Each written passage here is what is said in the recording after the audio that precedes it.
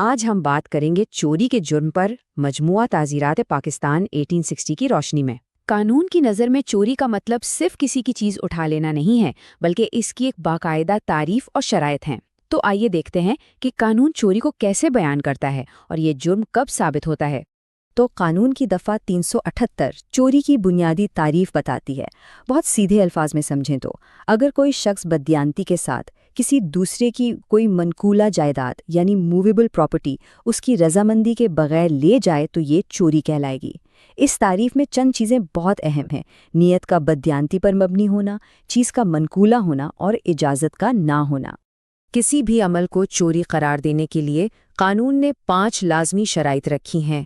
اگر ان میں سے ایک بھی شرط پوری نہ ہو تو وہ عمل قانونی طور پر چوری نہیں کہلائے گا۔ یہ ہیں وہ 5 شرائط۔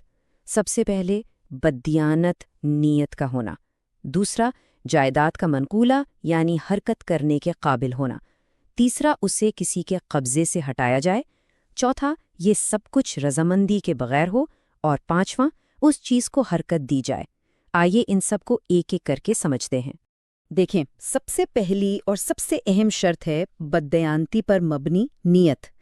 قانون کے لیے چوری کا جرم تبھی بنتا ہے جب ارادہ ہی غلط ہو، یعنی ارادہ یہ ہو کہ کسی دوسرے کو ناجائز نقصان پہنچایا جائے یا خود کو ناجائز فائدہ حاصل کیا جائے۔ اگر کوئی نیک نیتی سے یا غلطی سے کسی کی چیز کو اپنا سمجھ کر اٹھا لیتا ہے تو وہ چوری کے زمرے میں نہیں آئے گا۔ دوسری شرط کا تعلق جائیداد کی قسم سے ہے۔ قانون کے مطابق چوری صرف منقولہ یعنی حرکت دینے کے قابل چیزوں کی ہی ہو سکتی ہے۔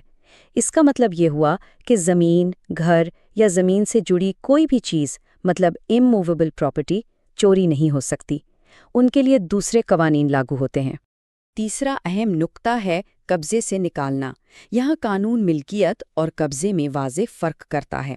مثال کے طور پر اگر کسی نے اپنی گھڑی ٹھیک کروانے کے لیے دکاندار کو دی ہے تو گھڑی کا مالک تو وہ خود ہے، لیکن اس کا قبضہ دکاندار کے پاس ہے۔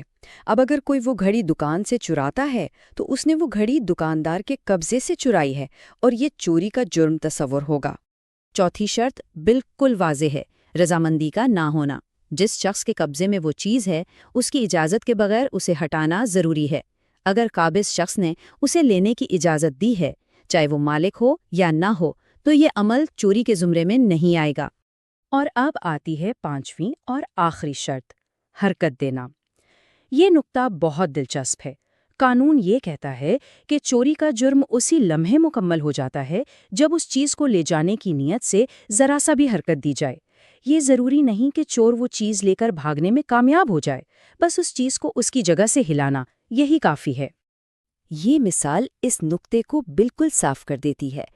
جیسے ہی الف نے بددیانتی کی نیت سے کتے کو لالچ دیا اور کتا اس کے پیچھے چل پڑا، تو بس وہیں اسی لمحے قانون کی نظر میں چوری مکمل ہو گئی، بھلے ہی وہ کتا چند قدم بعد رک جائے۔ تو اب جب ہم یہ بنیادی 5 شرائط سمجھ گئے ہیں تو آئیے قانون کی کچھ اور گہری تفصیلات دیکھتے ہیں، خاص طور پر جائیداد، حرکت اور رضامندی کے حوالے سے۔ جیسا کہ ہم نے پہلے بات کی، زمین سے جڑی چیزیں چوری نہیں ہو سکتی، لیکن یہاں ایک اہم نقطہ یہ ہے کہ جیسے ہی کوئی چیز، مثلاً ایک درخت، زمین سے کاٹ کر الگ کر دیا جاتا ہے، وہ منقولہ جائیداد بن جاتا ہے، اور اب اگر اسے بددیانتی سے ہٹایا جائے تو یہ چوری کہلائے گا۔ قانون میں حرکت دینے کا مطلب صرف ہاتھ سے اٹھانا ہی نہیں ہے۔ اگر کوئی شخص کسی چیز کی حرکت میں حائل رکاوٹ کو ہٹا دیں یا کسی جانور کو کھول دیں تاکہ وہ خود حرکت کر جائے، تو یہ عمل بھی حرکت دینے کے مترادف سمجھا جائے گا۔ رضامندی بھی 2 طرح کی ہو سکتی ہے۔ ایک ہوتی ہے صریح رضامندی، یعنی صاف لفظوں میں دی گئی اجازت، اور دوسری ہوتی ہے ضمنی رضامندی، جو حالات سے سمجھی جاتی ہے۔ یہ رضامندی یا تو قابض شخص خود دے سکتا ہے یا اس کی طرف سے کوئی بااختیار شخص دے سکتا ہے۔ اچھا، تو چوری کا جرم ثابت ہونے پر سزا کیا ہے؟ قانون نے جرم کی نوعیت کے حساب سے مختلف سزائیں مقرر کی ہیں۔ دفعہ 379 کے مطابق عام چوری کی سزا 3 سال تک قید، جرمانہ یا دونوں ہو سکتی ہے، لیکن قانون کچھ حالات میں چوری کو زیادہ سنگین جرم مانتا ہے، جیسے کہ دفعہ 380 کے تحت کسی رہائشی مکان میں چوری کرنا۔ یا دفعہ 381 کے تحت کسی ملازم کا اپنے مالک کی چیز چرانا، اور دفعہ 381A جو خاص طور پر گاڑی کی چوری سے متعلق ہے۔ ان تمام صورتوں میں سزا بڑھ کر 7 سال تک قید اور جرمانہ ہو سکتی ہے۔ چوری کا جرم سب سے سنگین شکل اس وقت اختیار کرتا ہے جب اس میں تشدد کا عنصر شامل ہو۔ دفعہ 382 خاص طور پر اس صورتحال سے نمٹتی ہے جہاں چور صرف چوری کی نیت سے نہیں بلکہ کسی کو نقصان پہنچانے، زخمی کرنے یا زبردستی روکنے کی پوری تیاری کے ساتھ آیا ہو۔ اس جرم کی سزا انتہائی سخت ہے۔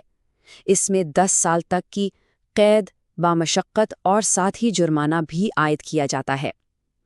اس کی وجہ یہ ہے کہ اس میں صرف مال کا نقصان نہیں بلکہ انسانی جان اور حفاظت کو بھی شدید خطرہ لاحق ہوتا ہے۔ اس مثال میں دیکھیں، الف نے چوری کرنے سے پہلے ہی گارڈ کو باندھنے کا منصوبہ بنا لیا تھا۔ یہ پیشگی تیاری، یہ ارادہ، یہی اس کے عمل کو عام چوری سے ہٹا کر دفعہ 382 کے سنگین جرم میں بدل دیتا ہے۔ اور آخر میں یہ ساری بحث ہمیں واپس اسی اہم نقطے پر لاتی ہے کہ قبضہ اور ملکیت میں کیا فرق ہے۔ یہ قانونی فرق اس بات کو سمجھنے میں مدد دیتا ہے کہ چوری کا شکار صرف چیز کا مالک ہی نہیں ہوتا بلکہ کوئی بھی شخص ہو سکتا ہے جس کے قبضے میں وہ چیز موجود ہو۔ قانون کی روح کو سمجھنے کے لیے یہ فرق جاننا بہت ضروری ہے۔